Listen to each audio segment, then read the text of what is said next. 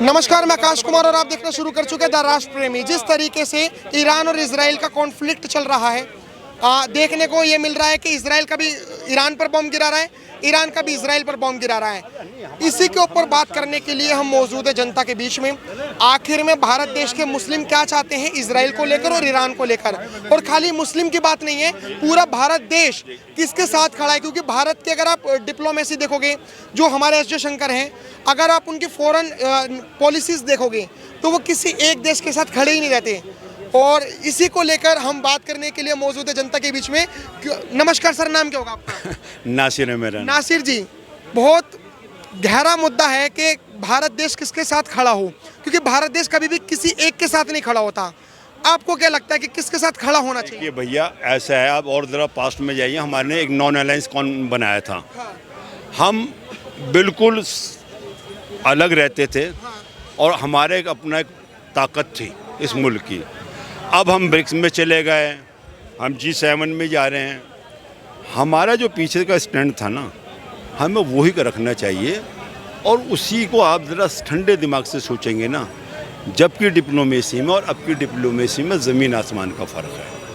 मतलब देखिए, ये शो बॉय बन के कहीं जाना और शो ऑफ करना, ये कोई अच्छी बात नहीं है। हमारी डिप्लोमेसी थी, हम हमेशा इस डिप्लोमेसी से सारी मुस्लिम अरब कंट्रीज़ जो हैं वो हमारे साथ रहती थी। इंडोनेशिया, मलेशिया, पाकिस्तान, तो हमारे देखिए वो हमेशा से दुश्मन हैं, दुश्मन रहेगा और वो रहेगा। और ये यहाँ मसला, यहाँ के आपने जो बात कही है, दरअसल मैं उसको रिजेक्ट करता हूँ कि यहाँ का मुसलमान किसके साथ है और हिंदू किसके साथ हैं। आप कहें कि इंडियन किसके साथ हैं, एक एज ए इंडियन। अगर मैं इंडियन बोलता हूँ तो बहुत मतलब एक पेच है, एक गुच्छ 100% गलत हैं। मैं एज ए इंडियन बात कर रहा हूँ, आप मेरे नाम पे न जाइएगा, आप इनका रविशंकर के नाम पे न जाइएगा, आप मेरे मुल्क के बात में बात करिएगा।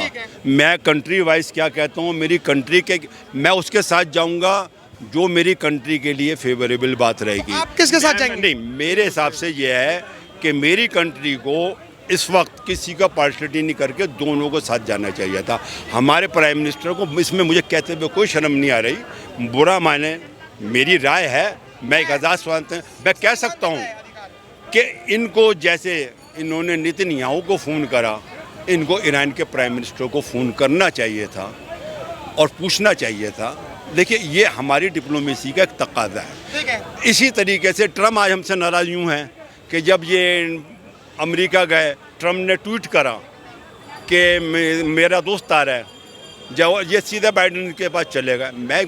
देखिए, ये डिप्लोमेटिकली बातें अच्छी नहीं होती, इससे हमें नुकसान होता है। तो हमें ईरान से भी बात करनी चाहिए थी। हमें करनी चाहिए और बात, हमारा रोल ये होना चाहिए था, ये गुत्थी हमको सुलझानी चाहिए थी। आज हम विश्वगुरु की तरफ जा रहे हैं। आज इन दोनों के, जैसे ट्रम्प कहता है जी हमने पाकिस्तान और हिंदुस्तान के अंदर ये करा दिया, आज हमारी पोजीशन ये होनी चाहिए थी। हमारे मोदी जी बहुत पावरफुल आदमी है एज ए प्राइम मिनिस्टर। तो आज जैसे एक दफ़ा यूक्रेन के बारे में बात करते हैं, आज ये ईरान भी इनकी सुनता, इजराइल भी दोस्त हैं। तो इस सिचुएशन को अगर मोदी जी चाहे, इस टाइम विश्वगुरु बनने का बहुत बड़ा बात है। अगर मोदी जी चाहें और हमारी गवर्नमेंट चाहे, इस समस्या को हल कराएं, दोनों को बात कराएं। वैसे एक बात सुनिए, यूएई की हैसियत हमारे सामने कुछ नहीं है। क्यों नहीं है? यूएई इतने अपनी जीडीपी अपने आप में इतनी रखता है। जीडीपी नहीं, जीडीपी से सब कुछ नहीं होता।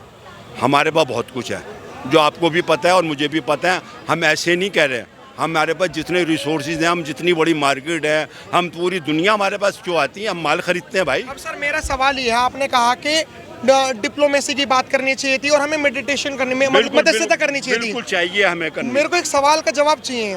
ईरान जो है, जैसे हिजबुल्ला है, जाहिर सी बात है, सबको पता है, हमास है, कौन कौन लेबनान वगैरह, जॉर्डन वगैरह, कौन कौन से देशों में से निकल कर आते हैं इजराइल की ओर हमला करने के लिए, और वो सब ईरान फंडिंग करता है। सुनिए मेरी बात, सवाल, जब ईरान ऑफिशियली तौर पर ऐसे फंडिंग करता है, इजराइल का कहना यह है, यूनाइटेड नेशन ने पूछा था कि आपने ईरान पर हमला क्यों करा, तो ईरान ने कहा, इजराइल ने कहा, ईरान जो है वो न्यूक्लियर वेपन बना रहा है, और जैसे उसने बना लिया, जैसे ही बना लिया, सबसे पहले इजराइल पर हमला करेगा। और इजराइल इतना सा है, अगर उसने न्यूक्लियर वेपन मारा तो पूरा इसराइल खत्म हो जाएगा। एक बात बता दूं दोस्त, हाँ। दुनिया में अब दोबारा कभी न्यूक्लियर वेपन नहीं चलेगा। नहीं चलेगा। 100% जितना तुम और मैं खड़े, न्यूक्लियर वेपन यूं ही बनता है कि देख भैया, तू मुझे ना मारियो, मैं तुझे नहीं मारूंगा। अब अगर तूने मुझे मारा तो मैं तुझे, ये तो ताकत जब आप बढ़ाते हो ना तो जंग को रोकती है। भाई साहब मैं आपकी बात काट रहा हूँ। हाँ। मैं कोई, अब वो पाकिस्तान क्या धमकी देता है कि जी हमने परमाणु बम बनाए हैं, हमने परमाणु बम बनाए हैं, हमने कोई धूप बत्ती करने के लिए बना रखे हैं। जिसके पास हथियार होता है वो चलाएगा, अपनी सेफ्टी में चलाएगा। एक मिनट रुको, आप चुप रहो। आप अपनी सेफ्टी में चलाएगा आदमी, अपने आप को बचाने के लिए चलाएगा। आज मान लो इजराइल ने आज हमला कर दिया, चलो आप ऐसे मान लो, आज ईरान के पास में अगर उसके पास में परमाणु बम है तो वो चला सकता है। उसे इससे मतलब नहीं है कि इसमें क्या होगा कि थर्ड वार छिड़ जाएगी। लेकिन आप मेरी बात सुनिए तो सही, लेकिन आप ये बताओ, कोई भी आदमी पे कोई हमला करेगा और उसकी जेब में अगर बंदूक रखी है तो सेल्फ डिफेंस में चला सकता है ना, वो चला सकता है ना वो। देखो यार एक बात, हेलो यार मेरे भाई, कन्वेंशनल वार में और न्यूक्लियर वार में देखो, आपको अंदाजा नहीं है न्यूक्लियर वार, अगर दुनिया में एक बम चल गया पूरी दुनिया खत्म हो जाएगी। आप हैं किस चक्कर, आप न्यूक्लियर वेपन का 5-6 देश नहीं, सुनिए, रेडिएशन हिमालय पे जाएगा, जितना जो ब्रह्मपुत्र से पानी बहता हुआ आएगा सब जहरीला हो जाएगा। पाकिस्तान भी गया, हिंदुस्तान भी गया, बांग्लादेश भी गया, बर्मा भी गया, सब गया। और रेडिएशन जाएगी जर्मनी तक और अमेरिका तक, कोई नहीं चलने देगा। लिख लीजिएगा, एक चलने का मतलब ये है कि दुनिया तबाह। और मैं कहता हूँ अगर अल्लाह ना करे वो मैं कभी ना चले, कभी ना चले, जो बच जाएगा उसका असर उससे ज्यादा बुरा। पहले बताता हूँ, मैं आपको बताता हूँ, इराक जो है और ईरान जो है, ईरान अगर ये तो हो गई धार्मिक चीज़ें कि यहूदी, मुस्लिम और क्रिश्चियन। अब मैं जाता हूँ थोड़ा धार्मिक में ही और जातियों पे। सऊदी अरब, ईरान, इराक ये आपस में इसलिए लड़ते रहते हैं, आप भी इससे वाकिफ होंगे, शिया और सुन्नी के विवाद पे। इजिप्ट हो, जॉर्डन हो या फिर यमन हो, ये सब सुन्नी कम्युनिटी देश हैं। ईरान जो है वो शिया कम्युनिटी देश है। क्या आपको लग रहा है कि वो सोचेगा इसराइल पर हमला करने के लिए? अगर उसने न्यूक्लियर वेपन मारा तो साथ में सुन्नी देश भी जाएंगे। सब जाएंगे भैया, ऐसा है कि सब कैसे जाएंगे? अगर हम आंकड़े लगाएंगे, डेंसिटी पता है न्यूक्लियर वेपन की, न्यूक्लियर उसकी कितनी आती है? नहीं कितनी पता है? आप बताइए भैया, ना बात करो, ये बात करना भी मानवता के इतने खराब है, ये इंसानियत के खिलाफ है। अगर एक दफ़ा चला था, 2 दफ़ा हिरोशिमा और नागासाकी में, आज तक बच्चे पैदा सही नहीं होते ज़मीन, और वो इससे डेंसिटी में बहुत कम थे। तो ये कहना चाह रहे हैं कि जो ईरान कर रहा है वो अपनी सेफ्टी के लिए कर रहा है, वो अपनी सेफ्टी के लिए कर रहा है, अपनी मजबूती के लिए। इसराइल गलत कर रहा है। आप ये बताओ, आज भारत पे हमला हुआ, पाकिस्तान ने करा, अब भारत ने कोई चूड़ियाँ तो पहन ही रखी थी। आप ये बताओ, इसमें कौन चाहता है कि भारत पे हमला होना चाहता है कि भारत बर्बाद हो जाए? कोई नहीं चाहेगा ना।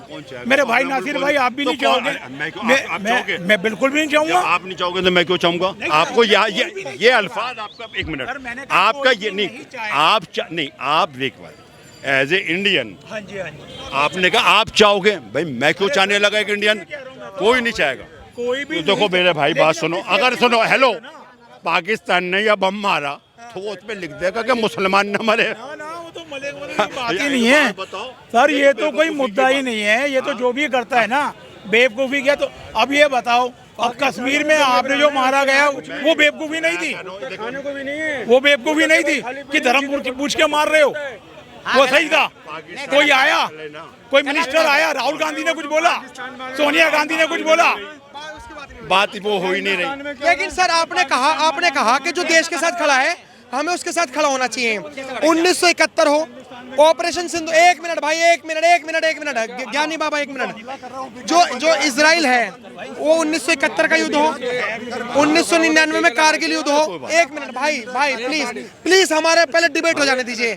1999 का कारगिल युद्ध हो, 19 टीका लगा के खड़े हुए थे, उन्होंने मुल्ला बोला था कि मुल्ला कुछ भी नहीं कर सकते। हेलो सुनो, एक बात, ये धार्मिक मुद्दा ना बनाए, धार्मिक मुद्दा ना बनाए। बात बता दूं आपकी नॉलेज के लिए, आप somebody told us कि I am a Mulla. He is don't know meaning of the Mulla. Mulla is the full educated person. बहुत बढ़िया। आपको शायद मुल्ला की डेफिनेशन नहीं पता कि मुल्ला कहने का जैसे ब्राह्मण है। नहीं नहीं नहीं नॉट एज नहीं यार, आप यही बोलूंगा, आप लोगों को नहीं पता। नहीं नहीं पांचों टाइम के नहीं सुनो यार, मुल्ला का मतलब समझते हैं आप? मैं कहता हूँ अगर मैं मुल्ला नहीं मुद्दा एक मिनट, मैं मुल्ला का मतलब बता रहा हूँ। मैं मुल्ला है नहीं मुल्ला का मतलब बता दूं लोगों को। आप लोगों को मुल्ला क्या आपके लिए बड़ी फख्र की बात है कि मुकर नहीं मुल्ला होना बड़ी फख्र की बात है, आपको पता ही नहीं। बड़ी अच्छी बात है, आपने कहा मुझे बड़े ऑनर दिया। मुल्ला का मतलब है चित्त पावनी ब्राह्मण। बहुत बढ़िया भाई। आप समझते चित्त ब्राह्मण समझते हैं आप? बहुत से लोग नहीं जानते हैं, देखो हम भी समझते हैं, हम भी समझ का मची है तो भाई बहुत। सर अब अलग जगह अब जाति पे चलेगा। बस एक मिनट मेरा एक सवाल है। मेरा एक सवाल बस ये है कि मेरा एक सवाल ये है कि अगर मान के चलो कि इजराइल जो है, इजराइल अगर नहीं रुकता अभी, अगर अभी नहीं रुकेगा, क्योंकि इजराइल ने क्या कहा, बेंजामिन नेतन्याहू है, उन्होंने एक बयान दिया और वो बयान वायरल हो रहा है कि अब ये शुरुआत है।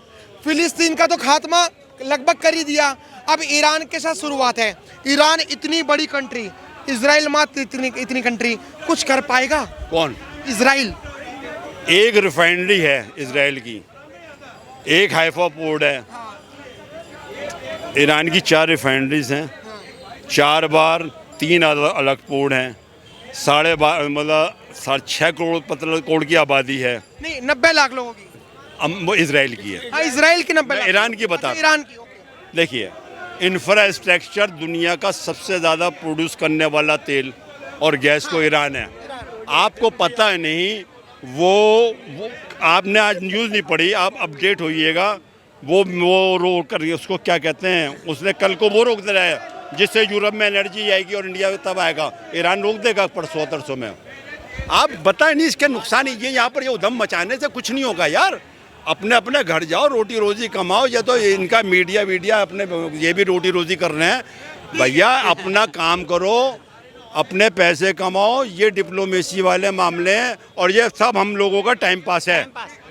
सीधी सी बात है। थैंक यू, बड़ी खुशी हुई। Thank you so much. सही से तथ्य बचाओ। देखो, मैं आपको ऑन रिकॉर्ड को नहीं, हम जानबूझ के डिबेट इसलिए कर रहे थे ताकि जो कंक्लूजन है, जो कंक्लूजन है, पूछ लो आप।